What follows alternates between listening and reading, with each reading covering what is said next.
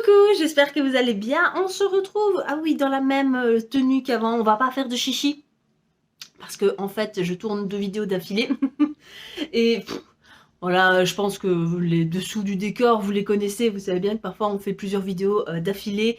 Je vais pas me casser à enlever ma tenue. Et bon, je ne suis pas cracra, je vous l'assure.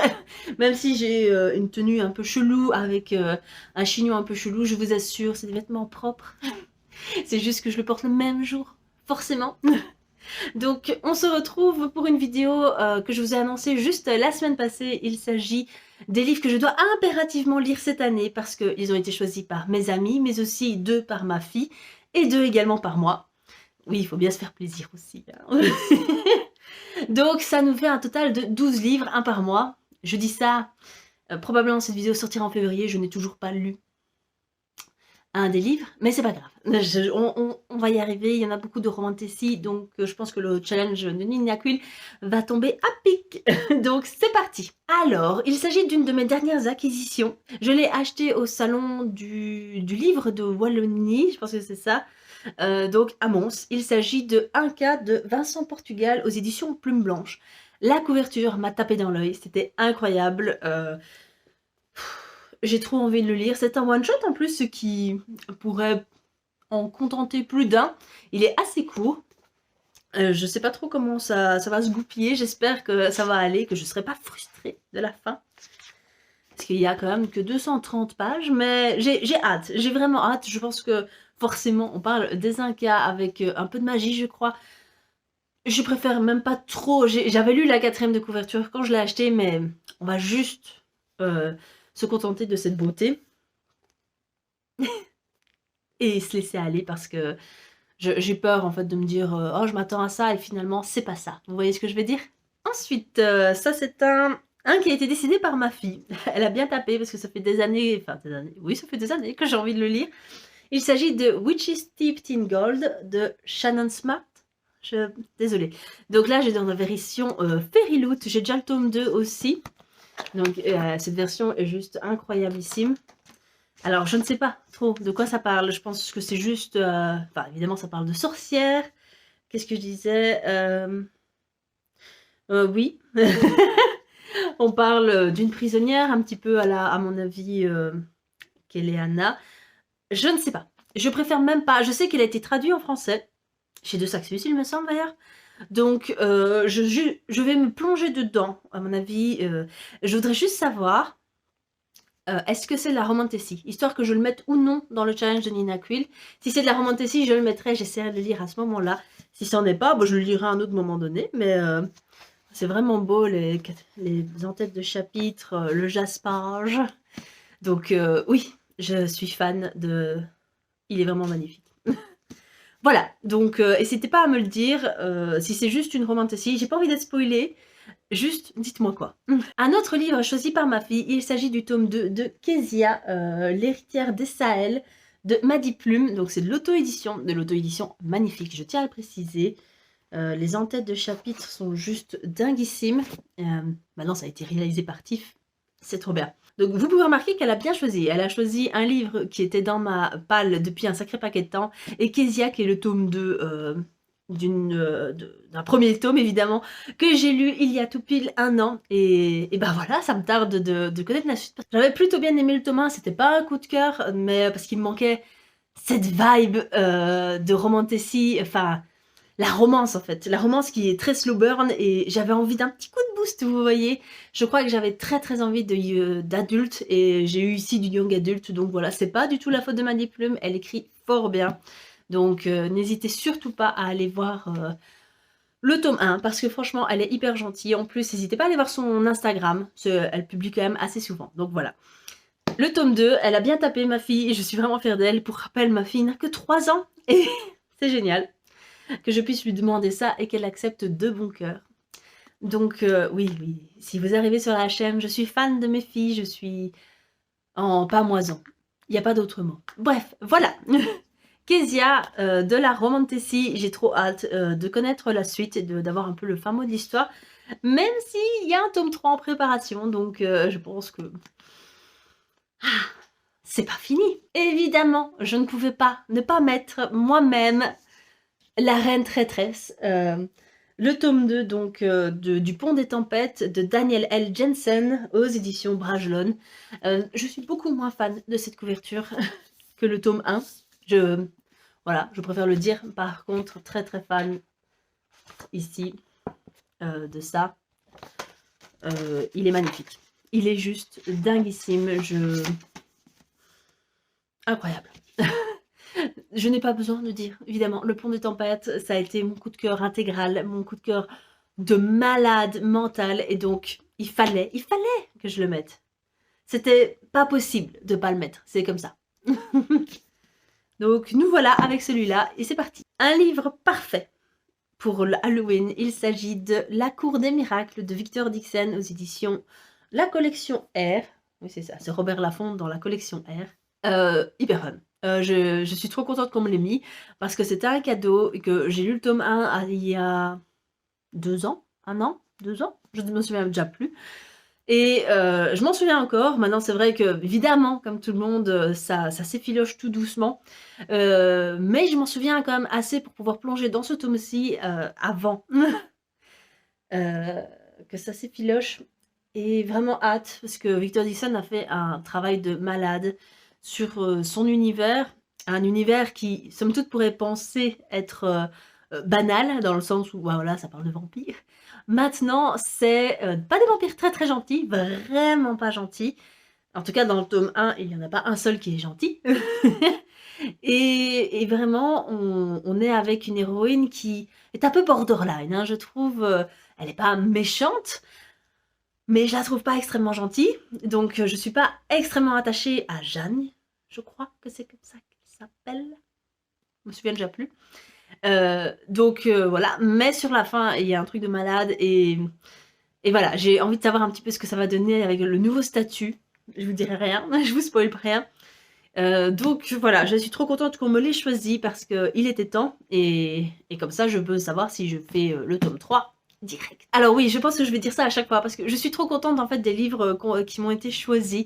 Et ici, c'est un vieux livre que j'avais acheté il y a un sacré paquet de temps, mais il a toujours résisté aux épreuves des Unhaul. Il s'agit de The Irregular at Magic High School. Donc le tome 1, c'est Enrôlement aux éditions Ophelb. Donc comme vous pouvez le voir, ça vient d'un manga. Il y a d'ailleurs un animé à ce nom-là.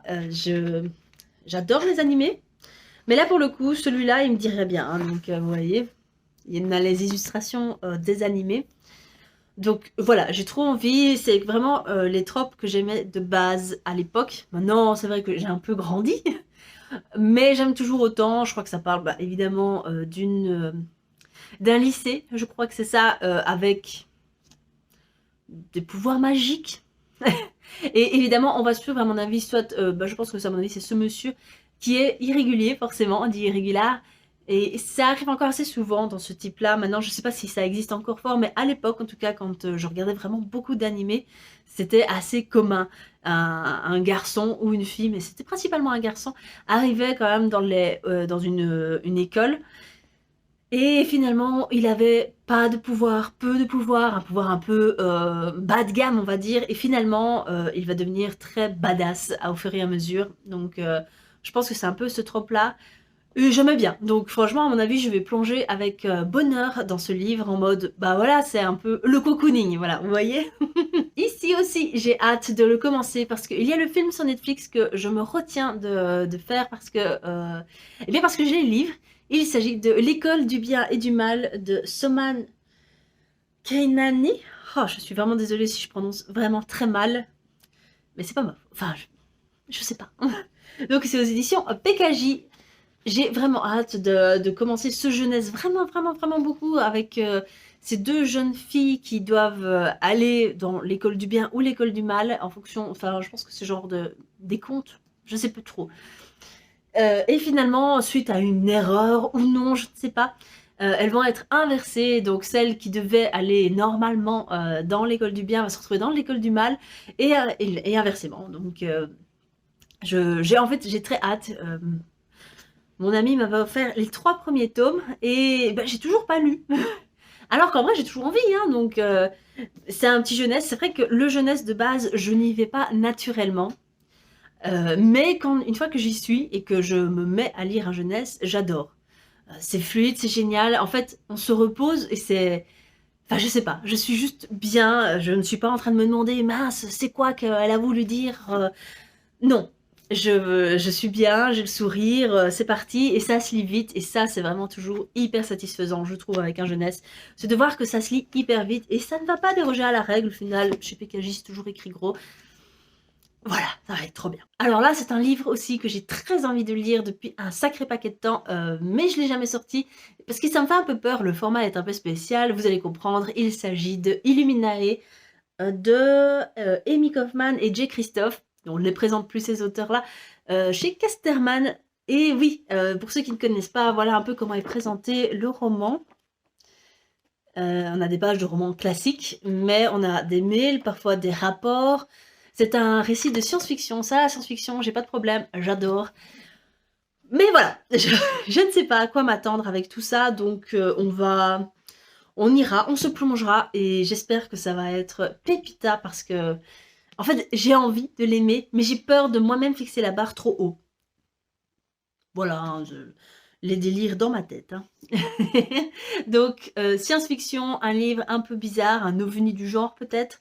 Et bah, voilà, j'espère que le récit un peu bizarre ne va pas me sortir du récit, si vous voyez ce que je veux dire. Donc, on va voir. Of course, une de mes amies qui m'avait déjà recommandé le tome 1 m'a mis le tome 1.5 de la série Captive. Donc ici, c'est Perfectly Wrong de Sarah Rivens aux éditions BMR, il me semble. Oui. Alors oui, le tome 1, j'avais surkiffé. Maintenant, il n'était pas dans mes coups de cœur de la semaine passée parce que... voilà, c'est comme dans la Dark Romance, c'est que je me souviens que le tout début, c'était trop pour moi. C'était déjà un peu trop. La violence gratuite comme ça, c'était non. Alors oui, il avait une excuse, mais non, en fait. Je suis pas comme ça et j'ai pas... Voilà, c'était non. Donc je me souviens que j'étais pas très bien et qu'au final, après, c'est passé parce que voilà, il y a plus tellement tout ça. Je pense aussi que c'est pour ça que ça a fait un tel succès, c'est parce que c'est pas à ce point-là. Donc j'ai quand même envie de le lire Perfectly Wrong, même si c'est pas avec les personnages principaux. C'est avec un des personnages qu'on voit dans le tome 1 et son love interest forcément. Voilà, ça m'intéresse moins, le personnage m'intéresse moins, mais ce qui est vraiment génial, c'est que ce sera du point de vue du coup du monsieur, sûrement avec la madame aussi, mais ce monsieur-là est rattaché au love interest masculin du tome 1, et lui, j'ai très envie de voir un petit peu ce qu'il va dire, parce que je sais qu'on va avancer un petit peu dans les réflexions de ce monsieur, vu la fin du tome 1 que je ne spoilerai pas, mais on a tellement envie d'aller sur le tome 2, d'ailleurs je pense que beaucoup de gens ne lisent pas ce tome 1.5 ou le lisent après et le trouvent médiocre. Je pense que je vais le lire ici, ça va aller, et comme ça je lirai le tome 2, j'espère en tout cas me le procurer avant fin de l'année et me le faire peut-être, oui, milieu, fin d'année. Comme ça au moins la boucle sera bouclée assez vite au final. Ah, un livre qui est vraiment depuis très longtemps dans ma palle, vraiment très longtemps. Il s'agit de Seed, donc le tome 1, La diseuse d'ombre de Sandy Williams. Ça me dit trop, en fait, c'est de la... Oui, c'est de la bitolite, comme dirait Nina Quill. Donc c'est aux éditions Milady et j'adore. La bitolite de base, j'adore. C'est là-dedans où il y a le plus de romance et de romance, on y va, quoi. Hein. On va pas y aller par 4 chemins. Donc voilà, en lisant un petit peu la 4e de couverture, je vois que ça parle de fae, de téléportation. Et elle a la capacité de les voir en tant qu'humaine. Donc voilà, on sait bien tous que, à mon avis, elle est un peu spéciale, qu'il se passe quelque chose, mais peu importe. J'ai tellement hâte de le lire parce que il est là, il est le tome 1 et j'ai pas encore acheté la suite. Et bah voilà, j'ai envie de savoir un petit peu comment ça va se passer. Il en reste 2. Il s'agit donc, ici, enfin, ça bouclerait une duologie. Il s'agit de Shadow and Flame de Mindy Arnett. J'avais lu le tome 1 il y a 2 ans, je pense. Oui, je pense qu'il y a 2 ans. Mon ami me l'avait demandé de le lire, justement, et je l'avais fait. Et ici, c'est du coup le tome 2 en anglais, parce que je pense pas qu'il est disponible en français. Pourtant, c'est vraiment hyper chouette, hyper sympa, c'est hyper complet, et d'ailleurs, c'était assez original. Je trouvais. C'est de la romantasy, mais vraiment, On parle de villes qui sont confinées parce que les dragons sortent la nuit et c'est pas les dragons les plus gentils au monde, si vous voyez ce que je veux dire. Donc on parle de ça, de villes confinées, il y a des coursiers, il y a des et ensuite cette femme qui, est considérée comme la enfin c'est la fille d'un traître apparemment et elle est vous voyez, voilà, personne ne va s'en approcher, on va dire. Et du coup, elle va devenir une espèce de coursière, donc ceux qui voyagent entre les villes. Et il faut faire attention, hein, parce que c'est un métier à haut risque, on va dire. Donc elle fait ça et elle a une histoire avec le prince parce qu'avant elle vivait à la cour et cetera. Donc vous voyez le love interest, il est là et finalement elle va retrouver le prince, dans une sacrée posture et voilà, de fil en aiguille, on va se pencher aussi sur l'histoire de ce prince qui n'est pas dans une, bonne posture, dans le sens où il pense ne pas être digne de son statut ou quelque chose dans ce style-là. Parce qu'au final, il y a une espèce de rituel qui n'est pas encore, qui n'a pas encore eu lieu et que c'est trop bien, vraiment. Magie, dragon, badasserie, on va dire et romance. C'est vraiment hyper chouette. Je comprends pas pourquoi il a pas été traduit parce qu'il est vraiment sympa, il est vraiment pas mal et franchement, il mériterait d'être connu. Je trouve que c'est original. Voilà. Et enfin, il s'agit du dernier livre que moi-même je me suis sélectionné et je ne pouvais pas faire autrement. Forcément, vous avez lu, vous avez regardé, j'espère, la vidéo précédente. Il s'agit du coup du tome 2 de Le sang et la cendre. Donc ici, c'est Un royaume de chair et de feu de Jennifer Trott aux éditions de Saxus. Forcément, forcément, je l'ai acheté, je l'avais déjà de toute façon. Et il fallait que je l'ai, il fallait le lire et j'ai pas envie de perdre en souvenir, de perdre en saveur dans ce livre-là parce que c'est déjà un beau bébé aussi. Il fait quand même 760 pages, donc il faut le lire. J'ai trop envie, donc je pense que ça va pas trop tarder. Le challenge de Nina Quill, comme vous avez pu en juger, va être fort conséquent parce que j'ai pas mal de romans de Tessie. Et voilà, donc j'ai juste hâte de lire tout ça, de me dire... je sais pas si vous êtes comme ça aussi, mais parfois quand je regarde ma bibliothèque, je suis toute contente parce que j'ai tellement d'histoires à découvrir, tellement de royaumes à visiter que je suis heureuse. Oui, je vous reprends quelques jours après avoir filmé la vidéo parce que j'ai été fort interrompue parce que mon mari et nos princesses sont revenus précipitamment de leur balade, donc j'ai pas pu continuer. Sinon vous auriez entendu des «Maman, j'ai fait ça, j'ai fait ça». Donc peut-être pas quoi. Donc et voilà, je clôture la vidéo. De toute façon, j'avais terminé. Vous connaissez tout. Si vous avez quelque chose à dire sur ça, n'hésitez surtout pas. Qu'est-ce qu'on pourrait mettre comme emoji? On va essayer de faire des emojis par vidéo. C'est un peu la tendance. Et si je parle un peu du nez, désolée. Mais j'ai attrapé un petit rhume. Voilà. Donc, l'emoji, ce sera juste les livres, parce que c'est ça, c'est de ça dont il est question. C'est du livre à lire par année. Et si on t'en il faut lire, hein, ma petite Sophie. Alors, voilà. Allez, et je vous laisse. J'espère que vous allez bien. N'hésitez pas à me le dire. N'hésitez pas à laisser un petit j'aime, un commentaire. L'emoji toujours, comme je vous l'ai dit. Ou alors, vraiment, dites ce que vous voulez tant que ça reste dans la bienveillance. Et donc, je vous dis bisous!